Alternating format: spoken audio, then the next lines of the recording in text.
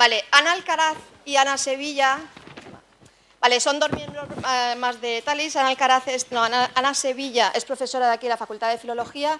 Ana Alcaraz no, ella está haciendo el doctorado en responsabilidad social universitaria. ¿He acertado hoy? Sí. Y fue durante tiempo directora de Ayuda en Acción, las enrolamos a las dos y entonces yo les hice una propuesta un poco indecente, ¿no?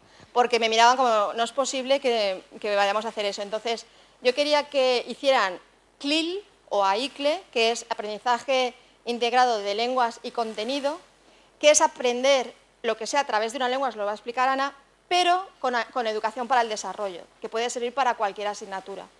Pero para eso teníamos primero que saber lo que es educación para el desarrollo. Entonces, Ana Alcaraz va a ser la parte de contenidos de educación para el desarrollo y Ana Sevilla la parte de contenidos de lenguas de inglés, ¿vale?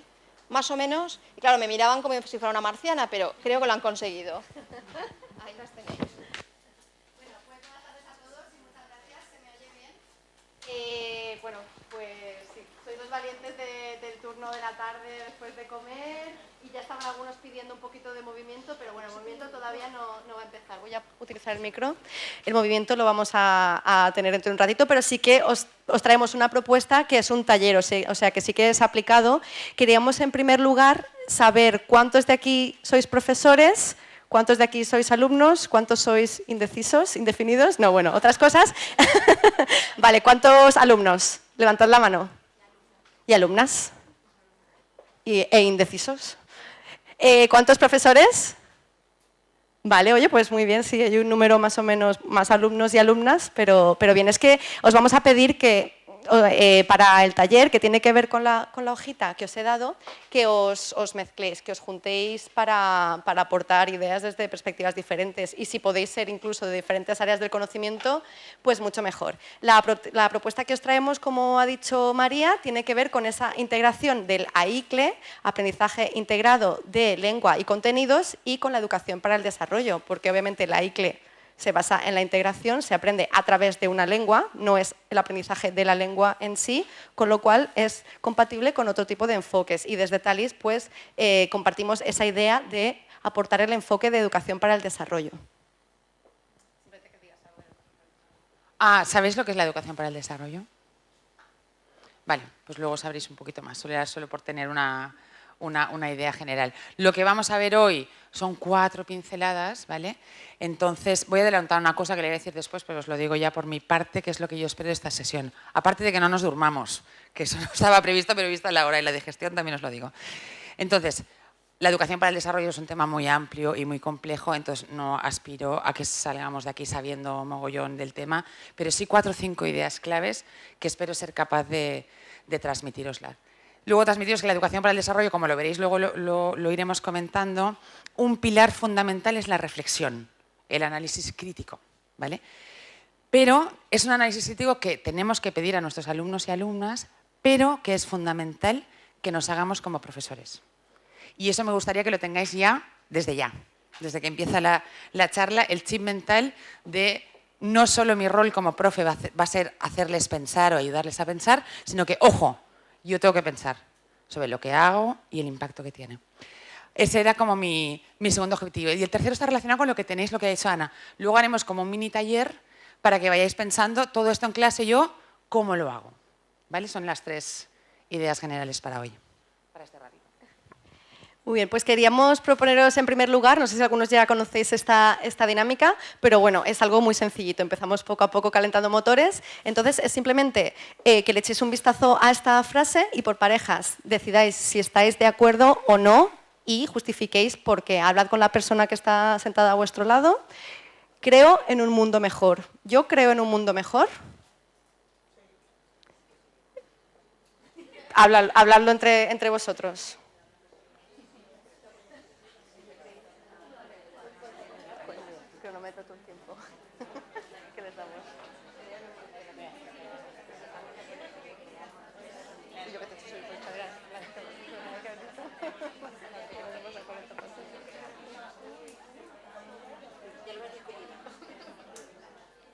Algunos ya han acabado. Algunos lo tienen muy claro. ¿Lo tenéis todos claro? ¿Cuánta gente está de acuerdo? Yo creo en un mundo mejor. De esos que tenéis la mano levantada, ¿cuánta gente cree que eso es suficiente? Yo creo en un mundo mejor. ¿Es todo lo buena que podría ser esa frase? ¿No? ¿Y cómo la podríamos mejorar? Ya sabéis que bueno, estamos en la Facultad de Filología y nos gusta darle vueltas al tema lingüístico y a veces una pequeña preposición puede suponer mucho, entonces ¿cómo lo cambiarías? ¿Cómo lo arreglarías de la manera más sencilla posible? Y soy capaz de conseguirlo, o lucho por conseguirlo. ¿Más corto todavía? Más corto todavía, yo es que soy de enrollarme. Lucho por conseguir un mundo mejor. Muy bien, perfecto. Lucho por conseguir un mundo mejor ya sería un paso, perdón, que acerco mucho el micro, sería ir a un paso más allá y ya estar más cerca de conseguirlo, porque si realmente yo creo en un mundo mejor, pues ¿cómo? Pues el siguiente paso ya, luchar por conseguir un mundo mejor. Tenemos una palabra aquí y otra palabra allí. ¿La damos allí? Nada, quitándole en. Creo un mundo mejor.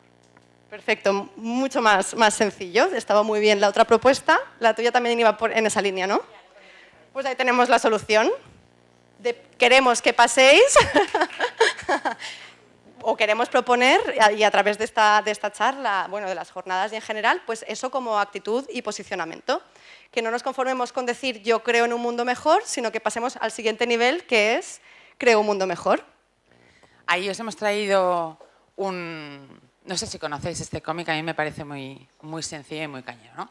Who wants change? Todo el mundo quiere que las cosas cambien. ¿Quién quiere el cambio? Todo Dios, ¿vale? Who wants to change? ¿Quién quiere cambiar? Ahí las manitas ya, para abajo.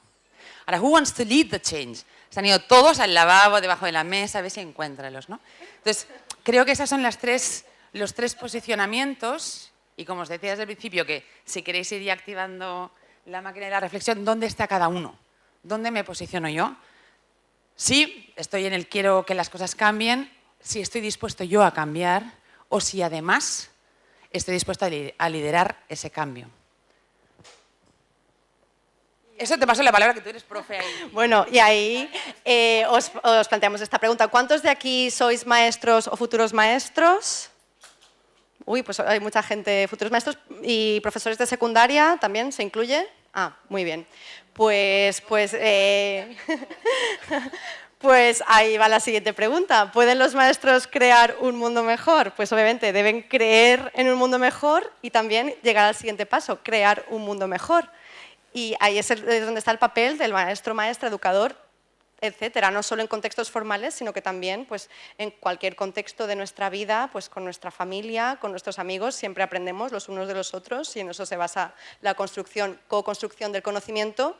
Entonces, si os empoderáis a vosotros mismos y sois conscientes de vuestro poder, nos empoderamos todos y somos conscientes de que podemos y debemos ser agentes de cambio, pues ahí estaremos ya un paso más cerca de llegar a ese objetivo, que es construir un mundo mejor. No podemos dejarlos en manos de los políticos, en manos de los que están arriba, en manos del vecino, sino que cada uno desde nuestra posición, y ahí entra mucho la reflexión que comentaba Ana Alcaraz al principio, pues vayamos pensando cómo podemos ir mejorando la situación, la sociedad, pues a todos los niveles, y eso pues obviamente es uno de los pilares básicos de Talis. Y esta diapositiva os la han puesto ya al principio porque efectivamente tenemos 4 pilares básicos, que bueno, no voy a detenerme mucho en esto porque ya nos lo ha explicado muy bien María esta mañana, pero vemos que por un lado tenemos el aprendizaje de idiomas, la educación literaria, por otro lado la educación intercultural y la educación al desarrollo. Y todos ellos tienen algo que ver y en todos ellos está siempre presente el AICLE o CLIL, porque enseñamos e impartimos los diferentes talleres y hacemos las diferentes actividades con un enfoque de impartirlos y a través de una lengua extranjera. Es decir, que no se concibe la lengua como un fin en sí misma, como aprender la lengua. Ah, quiero aprender una lengua, pues me tengo que estudiar la gramática, el vocabulario, etcétera. No. Lo que se pretende con el CLIL es que se aprenda con la acción y al mismo tiempo se vayan adquiriendo una serie de contenidos y competencias, lo cual me lleva a la siguiente diapositiva. Efectivamente, la lengua se concibe como lengua en uso, con su función función comunicativa, su función de interacción social, que también nos comentaba esta mañana Xavi, y teniendo en cuenta que la materia determina el tipo de lenguaje, es decir, que ha de haber un aprendizaje cognitivo. Por eso, cuando muchas veces nos preguntan la diferencia entre el AICLE y cualquier tipo de enseñanza bilingüe que ha existido durante muchos y muchos años, pues la diferencia, entre otras cosas, está en el tipo de planteamiento, porque aunque el AICLE se considera un umbrella term o un término que abarca muchas ramas y muchas prácticas diferentes, pues sí se caracteriza por ser más democrático. No es una simple enseñanza bilingüe para una minoría y una élite, sino que está presente en las escuelas públicas y se trata a partir de las 4 Cs que tenemos ahí también. Cualquier unidad CLIL tiene que integrar no solo la lengua, no es solo aprender ciencias, matemáticas, física, química, plástica, educación física en una lengua extranjera, sino que tiene que darse ese andamiaje cognitivo, esa que mencionaba Vygotsky, y tienen que integrar esas 4 Cs. El contenido, por supuesto, está presente, la comunicación, por eso se supera esa aberración que tienen algunos, o esa que tienen algunos alumnos a las lenguas extranjeras, porque aprenden con el uso de la lengua, casi prácticamente sin darse cuenta, usándolos. Se prioriza siempre la fluidez y no el que no se cometan errores en la lengua. La cognición, por ese tema que hablábamos de que tiene que haber una serie de ayudas y de apoyo, el profesor siempre con un papel de facilitador. Y por último, la cultura. Aquí está un poco más la explicación de las 4 Cs que os comentaba. Si no están las 4 Cs, pues no es AICLE, será enseñanza bilingüe, será inmersión lingüística de diferentes tipos, pero no es CLIL de la manera que lo conciben pues, autores como Ducoil o autores como María Jesús Frigols, que tenemos el gran privilegio de tenerla aquí en esta facultad trabajando como profesora asociada, Mejisto, etc. Todos Marsh, que también está ahora también, tenemos el privilegio de tenerlo de profesor visitante en la facultad, pues ellos siempre hacen mucho hincapié en que tengan presente las 4 Cs para que realmente pueda ser considerado una buena práctica de CLIL. Bueno, aquí tenemos una serie de ventajas que justamente destacan estos autores, Mejisto, Frigols y Marsh. Y bueno, pues son buenas prácticas que se pueden aplicar no solo a contextos de CLIL, sino que en general pues, es desde una visión socioconstructivista del aprendizaje, se fomenta el pensamiento crítico, algo que también está muy presente en la educación para el desarrollo, como ahora nos comentará Ana, el conocimiento siempre co-construido y construido de una manera socioconstructivista, destrezas de formación continua, una continua reflexión en cuanto al aprendizaje, no solo por parte de los alumnos, sino que por parte del profesor, siempre viendo qué cosas se pueden mejorar, qué aspectos tienen que ser revisados en su práctica. Se fomenta también la colaboración entre profesores y en general pues, lo normal es que haya un especialista de lengua trabajando codo a codo con un especialista del contenido que se está impartiendo. Y al trabajar en proyectos colaborativos pues, se fomenta esa multidisciplinariedad que tan buenos resultados ha dado pues cuando se ha hecho y se ha hecho bien. Y es algo que siempre, incluso en la comida lo comentábamos, intentamos buscar en la universidad, a pesar de que a veces pues, tenemos escollos que salvar. Ahora pasamos a la parte de educación para el desarrollo y conforme vayamos explicando cosas, pues esperamos que veáis, igual que vemos nosotras, que hay una gran compatibilidad entre los dos enfoques y por eso en Talis creemos en la combinación de ambos enfoques. Bueno, primero os he traído una definición. No hay una sola definición de educación para el desarrollo, hay muchas. Yo os he traído una que es la que está en el diccionario de educación para el desarrollo, que es un poco como la Biblia de la educación para el desarrollo y que hizo el Instituto de Goa de la Universidad del País Vasco y que de paso os comento porque es uno de los, perdonadme, de los centros de investigación en España más potentes sobre educación para el desarrollo, así que si os apetece echar una mirada. Entonces, la definición que nos dicen desde ahí es un proceso educativo. La definición es literal, las negritas son mías, un poco para lo que os decía, como no podemos llegar a todo, para que algunas ideas se nos queden como más grabadas. Un proceso educativo encaminado a generar conciencia crítica sobre la realidad mundial y a facilitar herramientas para la participación, para la transformación social en claves de justicia y solidaridad. La educación para el desarrollo, ahí van los objetivos, pretende construir una ciudadanía global, crítica, políticamente activa y socialmente comprometida con un desarrollo humano justo y equitativo. Entonces, Aquí hay conocimientos, obviamente, hay que contarle a los niños la realidad mundial, pero fijaos los subrayados. Fijaos que el objetivo va más en generar conciencia crítica. Por ejemplo, cuando vosotros estáis viendo el tema de Mali, aunque algunas no habéis estado esta mañana, los niños aprenden sobre tradiciones, sobre comida, sobre tal. Reflexionan, analizan, comparan. Eso es educación para el desarrollo, ¿vale? Entonces, ¿dónde está la...? Luego también os quería contar, esto es una idea general y luego volveré sobre este tema, que es un enfoque que tiene muy poquitos años, tiene 60 años y en España menos, porque como siempre vamos un poco retrasadetes, pues en España la verdad es que tiene muy poco la educación para el desarrollo, pero bueno, en general en el mundo tiene más o menos 60 años y ya ha pasado por todos estos cambios que podéis ver. ¿Qué significa? Que es un proceso en construcción. ¿Y por qué? ¿Porque la gente de educación para el desarrollo no se aclara? No, porque va sobre el mundo. Y el mundo en los últimos 60 años ha cambiado un montón. Y va sobre la manera de pensar el mundo. Y nuestra manera de pensar el mundo ha cambiado más en los últimos 60 años que a lo mejor a lo largo de muchos siglos. Entonces, por eso os digo que se va construyendo. Os he puesto este PowerPoint tiene mucha información que no nos va a dar tiempo a ver, pero la he metido porque si os apetece yo os lo mando, o lo colgamos todo fenomenal.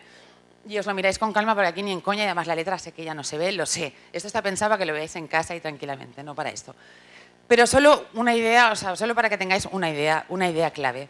Y es que ha ido cambiando desde modelos. Ahí os he hecho una tabla de resumen que me tengo que acercar porque ni yo la veo, en la que están las generaciones. La época, aquí de nuevo, la época es en qué años esto estaba en boga en el mundo mundial, no en España, que en España siempre hemos ido por detrás. Por eso igual los años os chocan un poco, pero así fue. Nació en los años 40, 50 más o menos. Nació de la mano de proyectos de cooperación y de proyectos de ayuda humanitaria que desarrollaban ONGs, por un lado, o organizaciones de la Iglesia, que sabéis que han tenido un rol muy, muy importante en la cooperación internacional. Entonces se transmitía información, básicamente, voy a hacer un poco caricatura, pero esa era un poco, si lo viéramos desde hoy, sobre lo mal que lo están pasando los negritos de África, por lo tanto, colabora, por favor, y mete la monedita en la hucha. Ese es el origen, por lo cuanto me he enganchado. Por lo cual os podéis imaginar cuál era el enfoque absolutamente paternalista, absolutamente eurocéntrico, absolutamente caritativo y asistencial. Así nació la educación para el desarrollo. La visión que se tenía era que el desarrollo era la industrialización, era la modernización y eso era el buen desarrollo. Y básicamente, como os decía, estaba fuera de la educación formal. O sea, que nunca un profe en aquellos años estaría en un espacio como este reflexionando sobre este tema. Y de ahí ha ido evolucionando y han cambiado todo. Ha cambiado nuestra manera de entender el desarrollo, nuestra manera de entender el buen desarrollo, de entender la pobreza, de entender la justicia social, los valores asociados, la mirada de esa mirada caritativa y paternalista. Fuimos pasando hacia la empatía, después hacia la solidaridad y ahora la solidaridad ya la hemos superado y estamos más en una fase de corresponsabilidad. Han cambiado los temas, han cambiado los agentes, ya está en la educación formal y ha cambiado sobre todo la interpretación del hecho. O sea, no solo ha cambiado el objeto de estudio, que es cuál es la situación del mundo, sino, oye, ¿por qué las cosas están así? ¿Por qué el mundo es así? ¿Y por qué hay pobreza allí? ¿Por qué hay degradación medioambiental? Entonces, esto es un hecho súper analizado por los historiadores de la educación para el desarrollo. Yo os lo propongo como una reflexión. Cuando vosotros os planteéis hacer educación para el desarrollo, por favor pensar. El modelo de educación para el desarrollo, lo que yo le estoy contando a mis niños y a mis niñas, ¿está en el modelo de quinta generación? ¿O todavía me estoy apoyando mucho en valores como la solidaridad, estoy teniendo un enfoque eurocéntrico, estoy siendo simplista, estoy cayendo en estereotipos? Por lo tanto, como os digo, esto os lo propongo como una fuente de información y como una fuente de reflexión también. Entonces, de la quinta generación de educación para el desarrollo, que es la que todos deberíamos intentar trabajar, esta es la característica fundamental, hay más. Fijaos, el nombre ha cambiado, educación para el desarrollo y la ciudadanía global. Y el enfoque también, porque fundamentalmente se plantea como una disciplina holística, integral, que lo que quiere es aunar todas estas educaciones que hacíamos antes y que de hecho hacemos ahora. Pero en mi humilde opinión es un error compartimentalizar el saber, porque el mundo no se desarrolla en procesos estancos y en fenómenos independientes. El mundo es uno, es todo, es conectado, lo sabemos, y luego vamos a clase y se lo contamos a trozos a los niños y a las niñas. estamos cayendo en un error, ¿vale? Entonces, la primera característica que me gustaría que tuvierais en mente, eso no significa que, por supuesto, llega el Día de la Paz y hacemos cosas relacionadas por la paz, por supuesto. Otro día hablamos de medio ambiente, otro día hablamos de tal, pero el enfoque tiene que ser transversal y holístico siempre. Te tengo aquí de ayudante, me sabe fatal. Vale. Esto me lo voy a pasar porque es muy largo, pero os agradeceré mucho que os lo miréis en casa. Sabéis todos lo de los 4 grandes pilares de la educación para el siglo XXI, ¿vale? Yo lo que os quería transmitir es que la educación para el desarrollo, al menos desde la segunda generación hacia aquí, lleva ya en su ADN un enfoque que abarca las 4 dimensiones a la vez. Forma parte de la esencia de la educación para el desarrollo. Entonces, os puede ser de mucha utilidad en las aulas para reforzar este enfoque basado en los 4 pilares. ¿Vale? Pero nos lo vamos a pasar si no os importa. Lo que os decía antes, pensemos nosotros, hagámosles pensar a los niños, pero pensemos nosotros. Vale, yo quiero hacer educación para la ciudadanía global. ¿Para qué ciudadanía? ¿Qué es la ciudadanía global? ¿Qué tipo de ciudadano estoy formando? Hasta de infantil. O sea, ¿qué tipo de futuros ciudadanos, sean mis alumnos niños de 4 años o sean personas como vosotros que estáis todavía en la educación superior, qué ciudadanos estamos formando? Entonces, esto lo mismo, esto os lo pongo como fuente de información, esto es una descripción muy sencillita, hay miles de descripciones, me sirve de excusa para presentaros quién lo ha hecho, que es el GREDI, que es un grupo de investigación de la Universidad de Barcelona, que son muy cañeros también, en educación para el desarrollo y en educación en valores, y también os lo propongo como elemento de reflexión. ¿Vale? ¿Qué tipo de ciudadano estoy formando? Este es el ciudadano en el que teoría quiere formar la educación para el desarrollo y la ciudadanía global. Es un ciudadano activo, responsable, abierto a la interculturalidad, crítico y solidario. La crítica y la solidaridad si van juntas mejor, porque si no es arriesgado. Comprometidas con la igualdad de género, por supuesto, y respetuosas y defensoras del medio ambiente. ¿Y en base a qué valores éticos se construye eso? Y aquí al otro lado tenéis los valores sobre los que se construyen y que son los que deberíamos estar transmitiendo nosotros como sistema educativo y las personas cuando estamos delante de una clase. ¿Me pasas, Ana, por favor? Entonces, esto vincula 100% lo que decía Ana y, de hecho, lo que decía María. El sistema CLIL y la educación para el desarrollo comparten muchísimos enfoques, objetivos, metodologías, etc. Esta es una característica de la educación para el desarrollo que me parece una idea fundamental. Tiene 3 dimensiones. Si no cumplimos las 3, no estamos haciendo educación para el desarrollo. La primera es la dimensión cognitiva, transmitimos información, pero no nos tenemos que quedar ahí. ¿Te importa, Ana? Gracias. En la primera, obviamente, les contamos a nuestros alumnos qué pasa en el mundo, ¿vale? Y, por lo tanto, pues, como os digo, es la dimensión que más conocemos y que es la que haríamos en una clase de historia. Transmitir información, contando con los principios de la educación para el desarrollo, siendo críticos a la hora de elegir qué fuentes de información elegimos para documentarnos, etc. Luego daríamos el paso a la sensibilización, que es fundamental, ¿vale? Y esto significa trasladar que toda esa información, los niños, las niñas no lo perciban porque es falso, porque no es cierto, que es una información de algo que pasa al otro lado del mundo, que es una información de algo que les pasa a los demás, a los refugiados que están allí, a la capa de ozono que está en el Quinto Pino, a la reserva en el Amazonas, ¿qué tal? Sino que eso, enseñarles cuáles son las vinculaciones, cuáles son las causas y consecuencias que nos relacionan con todos esos hechos, y ya ni siquiera a nivel social, sino a nivel individual, yo como persona. Eso genera un posicionamiento ético, genera una sensibilización hacia la realidad que estamos analizando, que es lo que yo creo que tus niños, por ejemplo, si hilamos, porque como veis todas las charlas que hemos tenido hoy, obviamente, pues están muy relacionadas y creo que lo bonito es sacarle partido a eso, creo que los niños están en esa fase súper sensibilizados y además quieren ser ricos para cogerse un avión y no sé qué. Aarón está en la siguiente ya. Aarón está ahí ya, que no sé si todas lo habéis visto al niño que estaba ahí en la esquina. Vale. La educación para el desarrollo tiene que tener en igual, o sea, con la misma trascendencia, la misma importancia, tenemos que trabajar la dimensión conductual. Si no, no vale. Trabajar la dimensión conductual no es obligarle, Aarón, hazte rico y cómprate un avión, sino es despertar en él los mecanismos de reflexión, de crítica, de autocrítica, de valores éticos, para que él construya no solo una manera de ver el mundo. Cuando hablamos de educación y desarrollo, queremos enseñarles a ver el mundo, sino una manera de estar en el mundo. Fijaos qué tontería de verbos que usamos todos los días, pero me parece que es súper importante el matiz y que quizás os pueda ayudar. O sea, esa es la parte en la que el niño o el adulto, porque la educación para el desarrollo obviamente no es solo para niños, o el novio, o sea, Es decir, en nuestra manera, en nuestras relaciones. Puedes hacer, lo hablamos con Ana, educación al desarrollo, en la clase, o con tu madre, como yo, mamá, por favor, recicla de una vez la basura. Entonces, esa es la dimensión en la que tiene que cerrar y que no implica, por supuesto, imponer ninguna actitud, sino que todos hagamos un ejercicio de corresponsabilidad y en esa corresponsabilidad nos posicionemos en nuestra contribución, que es lo que apuntaba al principio el compañero y cómo se ha ido construyendo. No significa que nos vayamos mañana todos a Lesbos, ahí con los de Open Arms, no sé qué, no. Pero dentro de nuestra vida cotidiana, de nuestras organizaciones, de nuestra asociación de vecinos, ¿cómo encajamos todo eso? Seguro que voy fatal de tiempo, ni me lo digas. Los temas son todos. Aquí hay una lista, pero los temas es el mundo. Y entonces hay temas, hay una diferencia en modelos de educación para el desarrollo como más antiguos, que todos los temas eran cosas que pasaban allá como muy lejos, ¿no? Y aquí veis que hay temas que son nuestros, o sea, mi estilo de vida, mis pautas de consumo, mi hijo, cualquier alumno vuestro, todos los días te traes el tetrabric, el no sé qué, lo reciclas, tal. Son temas, y eso es lo bonito, que hay que vincularlos con su vida, porque no es desvinculable. Ninguna dimensión ni ninguna zona del planeta, ¿no? Las metodologías, estas son las características, deben ser activas, participativas, en teoría todas deberían ser así, pero no sé si lo estamos consiguiendo mucho.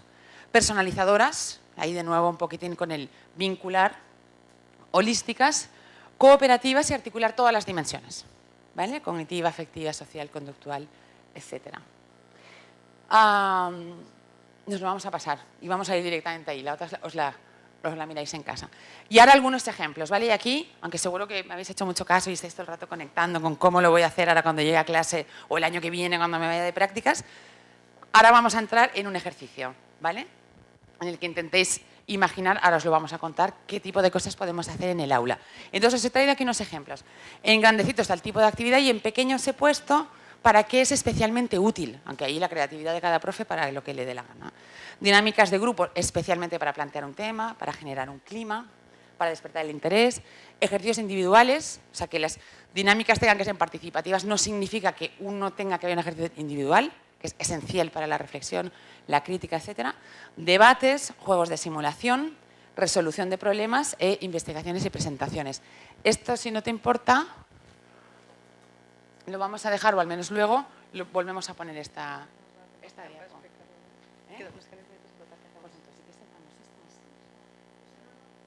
Esa no es la web, lo siento. Esa es la web antigua, pero para que veáis que Thalys tiene una historia y un recorrido, así que no miréis esa web, pero está ahí. Es proyectothalys.com. Estuvo. Nada, simplemente os quería exponer una experiencia, pero no nos va a dar mucho tiempo, porque entre que hemos empezado tarde y nos enrollamos mucho, pues queremos proponernos un desafío aún mayor, que sin esta exposición de experiencia para no contaminar vuestra creatividad, os pongáis vosotros ya en marcha, en acción. Queremos que penséis de una manera muy breve, porque nos queda poquito tiempo, cómo enfocar la educación para el desarrollo y el enfoque CLIL o AICLE en vuestros propios contextos educativos presentes o futuros, simplemente planteando una pequeña actividad y mezclándoos, a ser posible, gente que ya estáis en ejercicio con estudiantes, si es posible, pues si hay gente de magisterio, con filología, en fin, que os mezcléis un poquito y hagáis una pequeña lluvia de ideas, pero no va a ser partiendo de la nada, sino que tenéis esta plantilla que también está basada en Thalys, pero hemos hecho una pequeña adaptación para incluir AICLE y Educación para el Desarrollo. Entonces no tenéis que rellenar todos los campos, simplemente pues quizá fijaos un poco en los resultados esperados, que es algo que le hemos añadido porque nos parece muy importante, partir de los resultados que queremos conseguir y de los objetivos, y de ahí pues plantear algún tipo de actividad. Tenéis también ahí, podéis hacer tic en las competencias que creéis que podríais trabajar y qué metodología podríais escoger. Entonces simplemente pues habladlo ahora entre vosotros y luego hacemos una apuesta en común.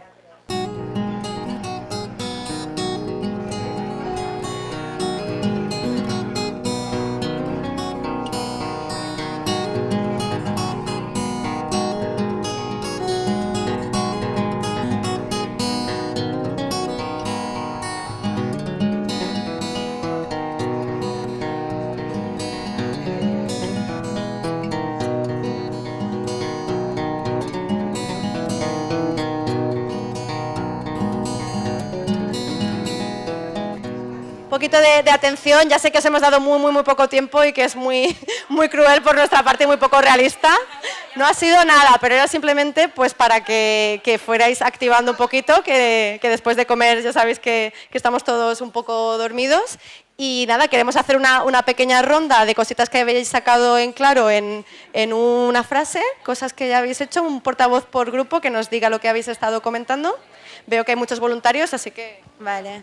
Hola, después de plantearnos diversas posibilidades, hemos acabado optando por introducir el proyecto de trabajo desde la educación física en primaria, porque ninguna de nosotras es ni de educación física ni de primaria. Entonces hemos dicho así, pensamos desde fuera del marco. Y hemos pensado que sería interesante ligar todas estas cosas desde la posición particular, trabajando para el último ciclo de primaria. Creemos que en esa edad es interesante que uno se vea en el mundo. Entonces, a través de la educación física aprenden nutrición, aprenden cómo cuidar su cuerpo, cómo comer, y a partir de cómo comer, cuánta comida tiramos y cómo se relaciona eso con el mundo y el cuidado del medio ambiente. Y ahí nos hemos quedado, pero si nos dais 5 minutos más, os hacemos el curso. Muy bien, muchas gracias. A ver, por aquí, ¿algunas ideas? Vale, nosotros hemos decidido un poco jugar con la empatía. Que vean que las realidades dependen mucho del contexto en el que estés y que nuestra realidad no es la única que existe. Por tanto, a lo mejor a partir de roleplayings, visionado de vídeos, material audiovisual, donde podrán comprender un poco más las diferencias entre contextos. Y nada, estaría enfocado para toda educación primaria, se puede adaptar ese contenido, aunque es verdad que en tercer ciclo se podía adaptar más porque bueno, su capacidad cognitiva es mayor. Y nada, sería jugar con la empatía, con el comprender todo eso, el por qué la diferencia, y que no pasara como les ha pasado a los que han venido de Cheste, de decir, anda, no tienen esto, ¿por qué? Y todo eso. Muy bien. Sí, ese choque cultural quizá no sería tan grande, claro, si se partiera ya del conocimiento. En este grupo, ¿qué habéis dicho? Nosotras hemos decidido hablar sobre el tema sería la empatía hacia el problema de los refugiados. Iría dirigido a la educación secundaria, más concretamente a niños de 11 a 14 años. Hemos decidido que el taller sería un taller breve de unas 2 horas aproximadamente y en el cual se trabajaría a través de la diversidad y la multiculturalidad, el conocimiento de otras culturas y una vez hecho eso se empezaría a tener el conocimiento de una lengua extranjera y ya está. Jolín, pues sí que se han cundido los 2 minutos. Muy bien. Que nada, habíamos pensado un tema de tratar, introduciendo las ciencias naturales, pues energías renovables y en concreto el tema del agua y enfocarlo en una sesión o en varias sesiones en el último ciclo de primaria, haciendo primero un